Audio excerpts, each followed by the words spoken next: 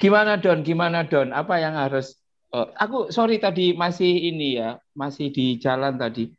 Makanya belum sempat facial dan lain sebagainya. Nggak kayak Nilam ini yang wajahnya glowing gitu. Kamu pakai pakai apa itu? Pakai apa namanya? Efek cahaya sih ini Efek Mas. cahaya gitu ya.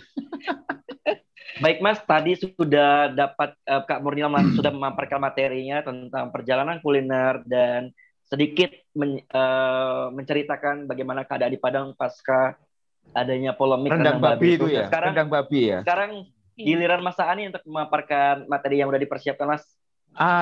Aku nggak sempat ini Don. Aku membayangkan kita ini nanti diskusi ya, talk show Iya, gitu ya. Sehingga aku tidak menyiapkan PowerPoint secara khusus. Mohon maaf. Tapi aku ingin ngomong seperti ini Dan. Menurutku kuliner, makanan itu posisinya itu seperti Tuhan. Gitu. Jadi makanan itu menurutku begitu. Jadi Tuhan itu kan bagi yang mempercayai itu kan dianggap sebagai energi positif. Ya, energi positif yang seseorang atau semua orang itu membutuhkan bagi yang mempercayai. Begitu juga dengan makanan. Ya, rata-rata orang meskipun ada orang yang bisa hidup tanpa makan, tetapi mostly orang itu energinya itu diasupi dari makanan itu sendiri. Jadi pada titik sebagai resources kuliner, makanan itu bersifat netral, dibutuhkan. Sama dengan orang-orang di Indonesia yang membutuhkan Tuhan itu sendiri. Itu yang pertama. Nah, yang kedua, karena jadi yang pertama apa bedanya, apa persamaannya makanan dengan Tuhan itu adalah dua-duanya ini adalah sumber energi, apa namanya resources of energy. Dan yang kedua, menurutku makanan dan Tuhan itu bersifat netral. Makanan tidak pernah dirinya itu marah manakala ia dibentuk sesuai dengan persepsi adat masing-masing. Jadi begitu, makanan tidak makan marah. Tuhan pun seperti itu. Tuhan itu kan nggak pernah marah. Mau dipersepsi seperti model politeis, Tuhan juga nggak marah. Mau dipersepsi model monoteis ala trinitariannya orang-orang Kristen Katolik, dia juga nggak marah. Mau di persepsi monoteisme yang ketat seperti Yahudi dan juga Islam, Tuhan juga nggak marah. Bahkan orang itu nggak percaya Tuhan pun, Tuhan itu nggak marah kok. Makanan juga kayak gitu. Makanan itu cuma gini aja loh. Aku makanan. Lah kalau nanti misalkan ada orang yang makan, oke. Tapi kalau nggak ada yang makan, makanan itu marah atau tidak? Nah yang ingin aku katakan, Doni, adalah bahwa makanan dan Tuhan itu di dalam aspek harusnya nanti ini ditulis apa namanya teologi makanan kayak gitu. Jadi Tuhan dan makanan itu adalah pada dua hal, pada dua aspek itu sama. Pertama adalah keduanya adalah sumber dari energi, ya positif. Tetapi nanti kalau berlebihan itu juga akan kontraproduktif. Begitu juga dengan orang yang mabuk agama atau mabuk makanan, itu juga pasti nanti akan kolesterolnya naik, intoleransinya naik, dan lain sebagainya. Nah, yang paling menarik adalah pada dasarnya makanan dan Tuhan itu bersifat netral. Ia bisa dicerna dalam bentuk apa saja. Yang suka sate, berarti kan makanan sate. Ya, makanan juga silahkan. Rendang, ya silahkan. Atau apa namanya, karedok, ya silahkan dan lain sebagainya. Seperti itu. Nah, problemnya menjadi bermasalah ketika makanan atau Tuhan ini masuk di dalam kompetisi antar agama dan keyakinan. Jadi makanan dan Tuhan itu adalah sesuatu yang lain. Lalu ini ada agama dan keyakinan yang kemudian agama dan keyakinan ini saling beradu dan saling berkompetisi untuk bisa menjadi siapa yang menjadi lebih unggul. Ya, menjadi lebih unggul. Ini persis misalkan dulu itu Nokia versus Samsung begitu. Ya mereka terus beradu. Seperti itu. Namanya juga berkompetisi ya Don dan Nilam. Maka biasanya kalau berkompetisi, kemudian setiap agama itu biasanya akan saling mengunggulkan agamanya over another religion or faith. Seperti itu. Misalkan Yahudi merasa dirinya itu lebih unggul ketimbang agama-agama yang lain. Itu sebabnya di dalam Perjanjian Lama misalkan ada satu instrumen oleh bangsa Israel itu yang fungsinya untuk mendistingsi bahwa bangsa Israel itu berbeda dengan bangsa yang sebelumnya. Misalkan dalam aspek ritual dan lain sebagainya. Jadi keinginan untuk membeda, keinginan untuk berbeda dari yang lain, itu kemudian secara instingtif itu masuk di dalam agama. Yahudi kemudian seperti itu. Lalu kekristenan datang. Yahudi, kalau Yahudi kan pokoknya nggak boleh semuanya boleh dimakan kecuali ini, termasuk babi. Ya di Yahudi kan kayaknya di Yahudi setauku mereka mengharamkan babi ya, kosher seperti itu. Tapi kemudian apa? Lalu kekristenan datang. Kekristenan datang kemudian apa? Enggak lah. Yang haram itu yang keluar dari mulutmu. Kira-kira begitu ya, Nilam atau yang Kristen itu. Yang masuk itu nggak apa-apa. Bayangkan, ini dua agama ini saling memberikan distingsi. Bayangkan misalkan orang-orang Kristen, teman-temanku ya, beberapa teman-temanku orang Kristen itu selalu mengatakan, wah itu kayak orang Farisi, itu kayak orang Yahudi dan lain sebagainya. Nggak sama dengan kami yang Kristen seperti itu. Jadi apa? Mereka mencari perbedaan. Jadi yang menarik apa? Yang menarik ketika kontestasi agama dan keyakinan itu satu yang paling kentara. Agama-agama ini mencari perbedaan, bukan mencari persamaan. Aku sama Nilam, sebenarnya kan sama-sama manusianya, sama-sama beautifulnya, in other way. Nilam cantik, aku ganteng. Tetapi karena semangatnya adalah semangat kompetisi, maka yang dicari adalah perbedaannya. Aan sama Nilam nggak sama. Nilam wajahnya oriental. Aan Jawa. Dia putih, Aan nggak terlalu putih. Nilam laki-laki, perempuan, Aan laki-laki. Nilam feminin, Aan maskulin. Jadi dicari terus perbedaannya. Nah, Islam kemudian datang yang kemudian membalik itu semuanya terkait soal babi. Jadi babi yang dipenjara oleh Yahudi, kemudian dikeluarkan dari penjara oleh kekristenan, lalu kemudian dipenjara lagi dalam tradisi keislaman. Meskipun di dalam Islam, di Al-Quran itu mengatakan bahwa babi memang nggak boleh. Tapi kalau kamu tidak menginginkannya atau dalam kondisi terpaksa dan nggak berlebihan, ya nggak apa-apa. Begitu kata Al-Quran itu.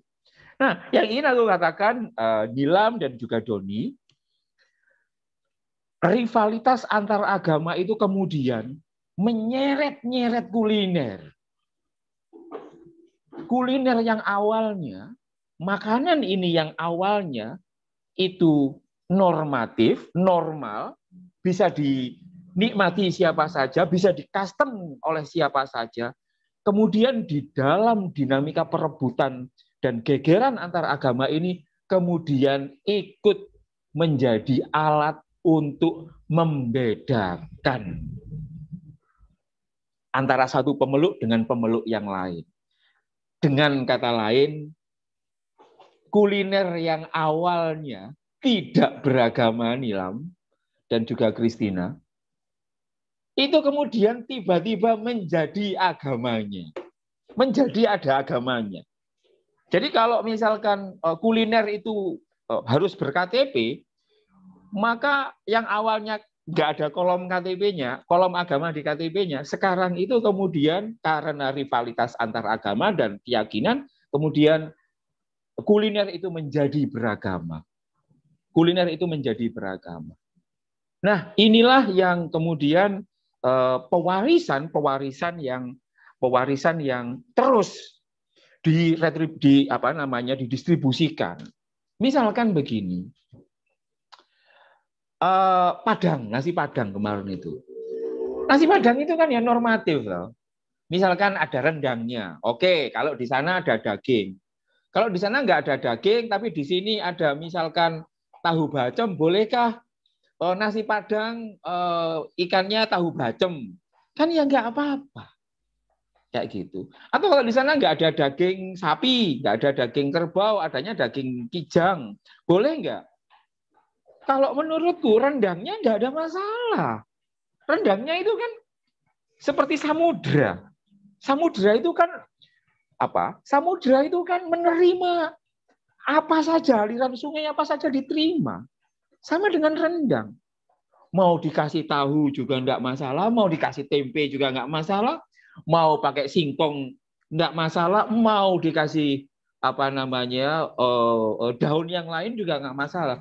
Mau dikasih daging sapi nggak masalah, harusnya dikasih daging yang lain itu juga nggak ada masalah rendangnya.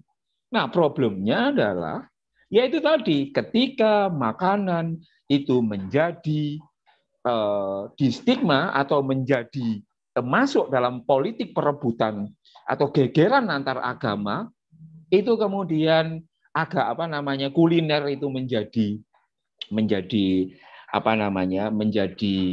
beragama. Nah, ini barangkali yang menurutku menarik. Nah, itu konteksnya ya, Don. Konteksnya, Don, seperti itu. Nah, yang kedua adalah soal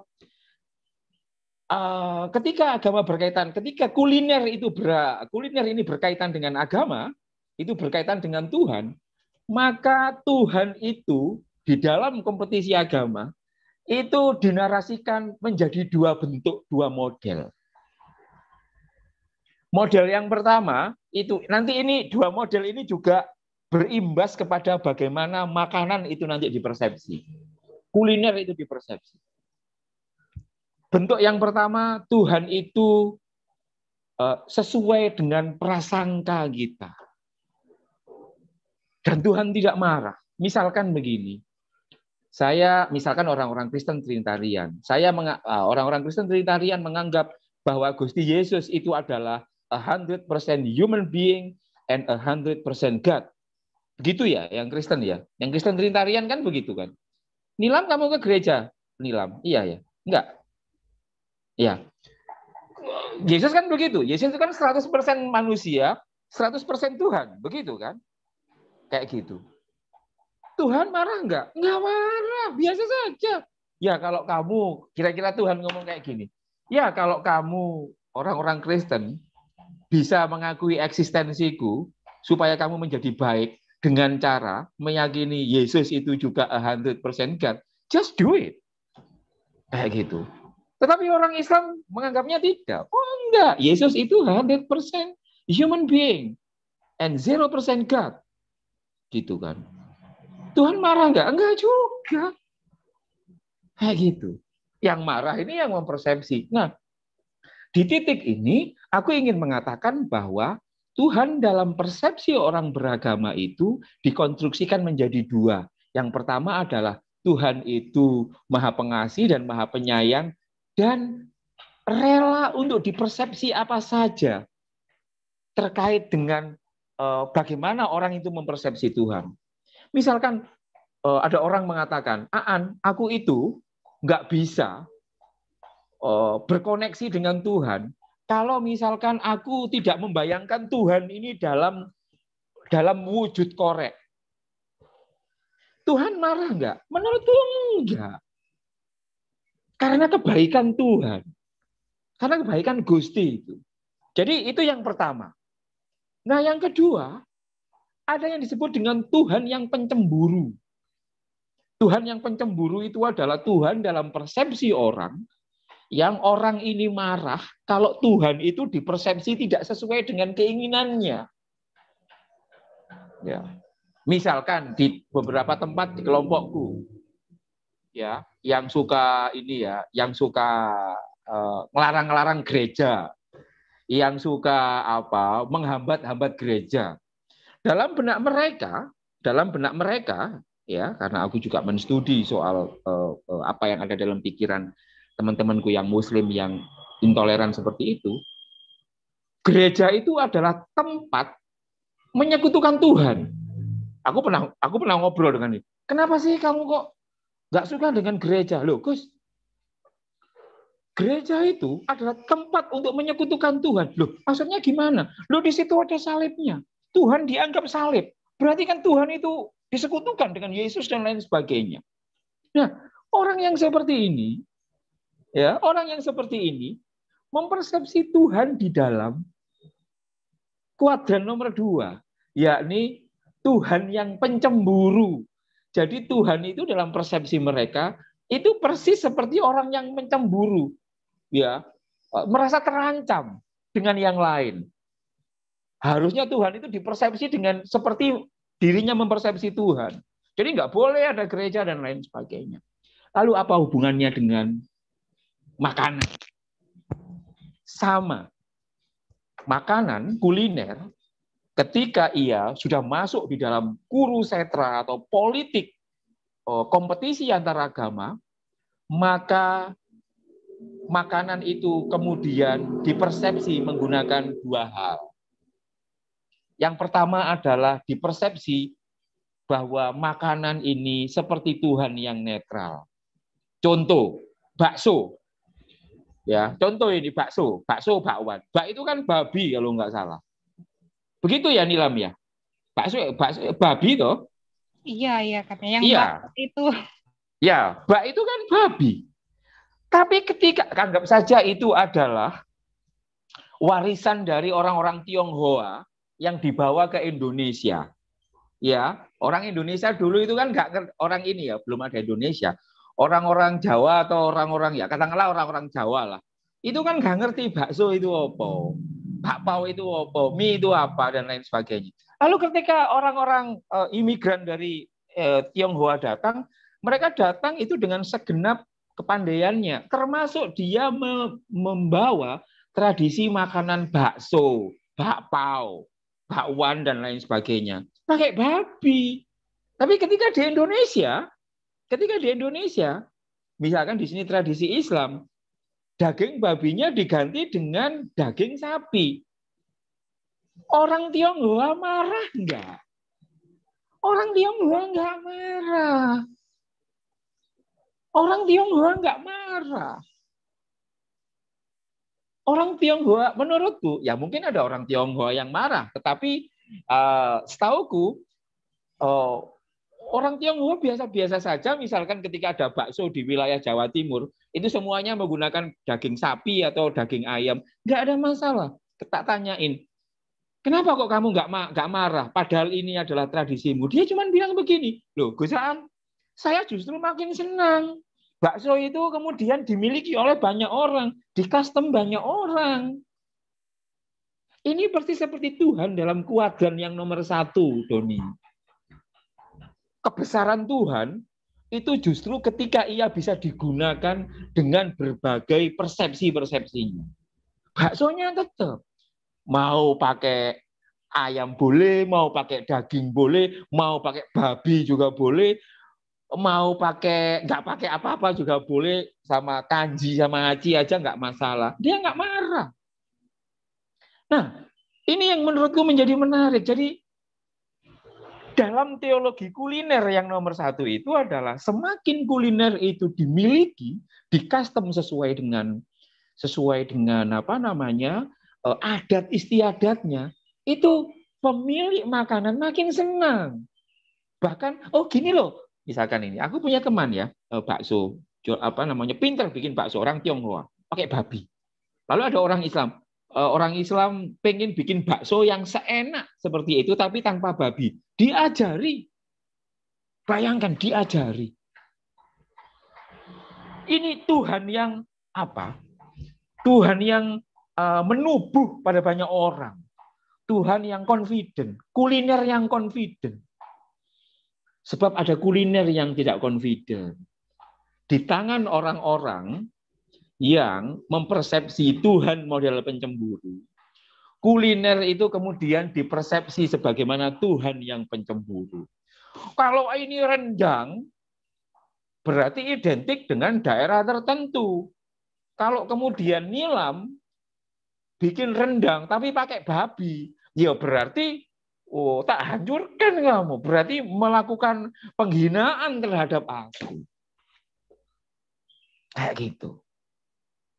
Jadi, nah, dalam kasus rendang babi, dalam kasus kurma masa apa nih lah kemarin dulu itu kan ada apa ya yang tretan itu loh, babi masak kurma kalau tidak salah ya, babi masak kurma yang kemudian rame dan lain sebagainya. Aku merasa bahwa harusnya orang beragama itu mempersepsi kuliner itu sejalan dengan mempersepsi Tuhan dalam kuadran yang pertama. Yakni semakin orang itu bisa mengapresiasi kuliner dengan caranya sendiri, harusnya ia makin senang. Aku membayangkan ada ini ya, nasi apa ya? Nasi kalau di Jawa itu apa jenenge? Astagfirullahaladzim. Nasi yang ini loh, yang kuning itu loh, yang ada tumpeng. Nah, tumpeng itu kan biasanya kan ayam gitu. Aku ngomong, bisa nggak ya ini teman-teman itu tumpeng ini juga diisi babi bakar, babi guling, dan lain sebagainya. Aku tidak makan babi. Tetapi aku senang kalau kemudian tradisi Jawa kemudian juga bisa dimiliki oleh orang-orang Jawa atau orang-orang non-Jawa yang kemudian ia memilih daging yang lain atau ia memilih mengcustom lauk pauk yang lain. Aku senang meskipun aku tidak menikmati. Seperti itu. Nah, aku sih berharap kemudian kita semuanya, Nilam, Doni, dan yang lain, itu bisa mendorong masyarakat kita itu model bertuhannya adalah model bertuhan yang di kuadran yang nomor 1. Yakni semakin Tuhan itu dipersepsi yang macam-macam, sepanjang itu untuk kebaikan alam raya, itu juga nggak ada masalah. Gitu. Sama juga dengan kuliner itu sendiri. Keragaman kuliner itu sudah sangat luar biasa di Indonesia. Dan kalau kemudian kuliner ini terus kita paksa untuk masuk di dalam sengketa antar agama, terutama Islam dan Kristen, kasihan kulinernya, kasihan Tuhannya itu sendiri. Jadi bagiku, aku akan mendorong semua orang itu untuk merayakan keragaman kuliner. Jadi kalau ada orang misalkan bacang gitu ya, ngerti bacang ya Nilam kamu ya? Bacang itu kan enak ya. Kemudian ini kemarin di sana itu aku ke Kelenteng ya, dikasih bisaan ini bacang model 3 Nilam. 1 babi, 1 itu ayam ya, kayak isi lemper gitu. Nah yang kedua itu bacang yang pakai gula. Nggak tahu ya, mungkin namanya bukan bakcang tapi ya bakcang. Jadi ya aku memilih yang ada gulanya dan juga yang ayam itu sendiri. Jadi aku terima kasih diundang di sini dan juga ikut menyatakan gagasan terkait dengan soal ini. Jadi kuncinya bagaimana adalah kita bisa beragama secara Pancasila. Kunci beragama secara Pancasila dan dalam aspek kuliner ya. Dalam aspek kuliner itu adalah seperti kuadran yang pertama. Semakin kuliner ini bersifat normatif, bersifat netral, orang bisa mengcustom sesuai dengan keinginannya masing-masing, dan kuliner ini tidak bisa kemudian hanya dimonopoli oleh sekelompok orang dengan identitas tertentu. Sebab kalau dimonopoli, maka itu bakal menjadi konflik dan itu menunjukkan kita tidak cukup dewasa di dalam berpolitik kuliner itu sendiri. Aku kira itu Don, moga-moga bisa dipahami ya Nilam, Doni, Christina dan yang lain. Terima kasih. Matur suwun. Assalamualaikum warahmatullahi wabarakatuh.